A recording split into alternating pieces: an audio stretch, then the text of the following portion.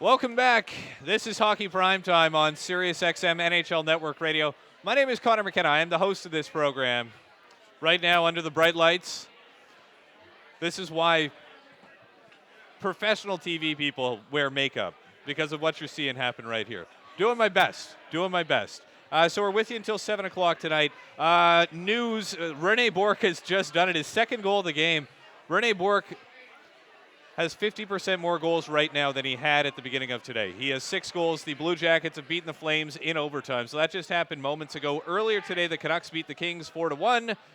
The Wild beat the Blues 6-3, or beating the Blues, I should say, 6-3. The Blues do not want to run into the Minnesota Wild in the playoffs. All right, a couple of things I wanted to get off my chest before we wrap things up here with the end of the show.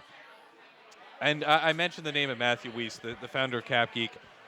That is a guy who really, I think, has made such a mark on the game, and just so sad that he passed away earlier this week. So our condolences from everyone here at the Hockey Primetime family.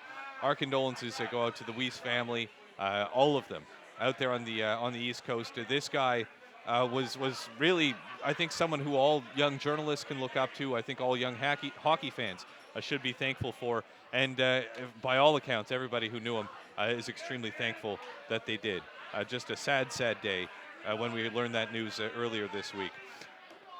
The Canadiens tonight taking on the San Jose Sharks. Haven't scored a goal against San Jose in 196 minutes and 14 seconds. So that is, 3 full games plus 16 minutes. That is a long time to go without scoring a goal against a team. And this isn't the San Jose Sharks of the Evgeny Nabokov era. This is the Antti Niemi San Jose Sharks. Not a defensive juggernaut, not a team who should be this difficult to score against. So tonight I think that streak comes to an end. But again, this is a bad matchup for the Canadiens. They lost 4-0 to the Sharks a couple of weeks ago.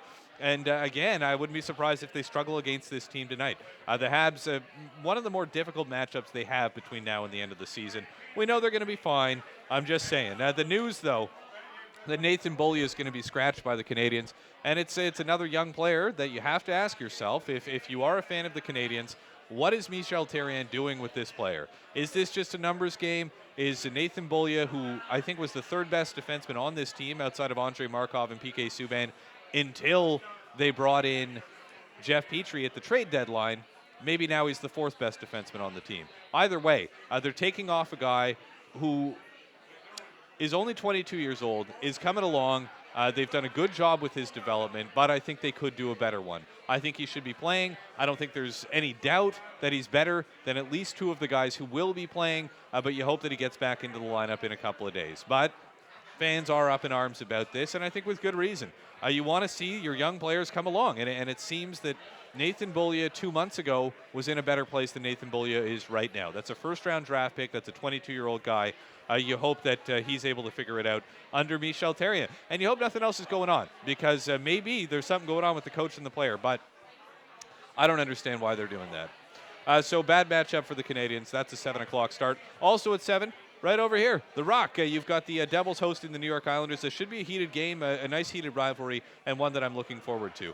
A couple more things. The backlash against the stats community. Look, if you have a problem with enhanced stats or advanced stats, I've got an idea for you. First of all, why on earth would you be upset about something like that? I mean, there's so many things in the world to be upset about. Increasing the amount of statistics you have available to you in hockey is not something that's worth getting angry about. It's not. It's just more stats. That's all it is. Okay, there's goals, there's assists, there's shots, there's plus minus. Now there's more stats. There's just more of those things. That's all it is. It doesn't mean anything more or less than the stats that already existed.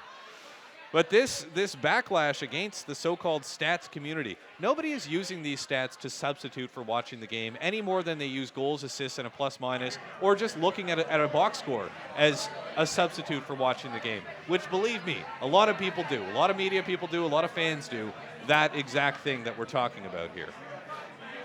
All you're doing is you're adding more information to your arsenal. It's not something that should ever make anybody upset, because they're just statistics, and it's just hockey. And if hockey is something that makes you really angry, maybe reevaluate. Why does hockey make you so angry? Why are you sending angry tweets to your least favorite player? Maybe take a nap. eat a Snickers bar. That's all I'm saying. All right. Other than that, Mario Tremblay is the man who drove Patrick Roy out of Montreal. Mario Tremblay, an outstanding player, a great defensive forward, and a guy who was really one of the Montreal Canadiens' best non-retired jersey type players, and that's saying a lot. He then became the coach of the Canadiens in 1995. About 6 weeks after that happened, he left Patrick Roy in a game where Roy allowed 11 goals. Roy went to Ronald Corey, the owner of the Montreal Canadiens, and said, "This is the last game I'm ever playing for the team." This because Mario Tremblay wanted to make a point and drove Patrick Roy out of town. We know he went to Colorado, won a couple more Stanley Cups, one of the greatest goaltenders of all time, right? It's Mario Tremblay's fault that he left Montreal. Now Mario Tremblay is a member of the media, and a report emerged in the last, day or two, that he was pulled over for a DUI in 2013, and so heavily intoxicated was he that he proceeded to rip PK Subban to the officer who arrested him. This is all in French, happening back home in Mascouche, which is, I'm from Montreal. It's about an hour, not even, 45 minutes north of Montreal. A lot of people live there. It's like a, what do they call it, a bedroom community nearby.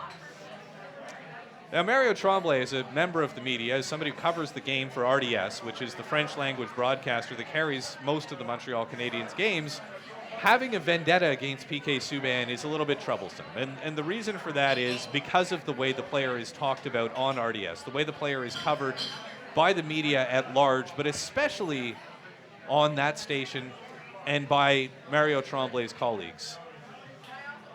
What you want from the media is just no bias, not to have bias from them. And clearly this is a guy, it was while Subban was holding out of his contract negotiations a couple of years ago that he was doing this. Mario Tremblay, drunk as a skunk, pulled over by a cop, and he's ripping on PK Subban to the arresting officer. I don't know. What is it about PK Subban that he doesn't like? I don't know. I'm trying to think. Is it because he's a really good defenseman? Maybe he doesn't like defensemen who score? I don't know. Can't figure it out. Anyway, a big thank you to all of our guests. Thank you to our producer, Chelsea Clyde, our executive producer, Samuel Lang, to Todd Lewis, everybody on site who made this happen. The Devils taking on the Islanders next, and the Edison Ale House open after the game.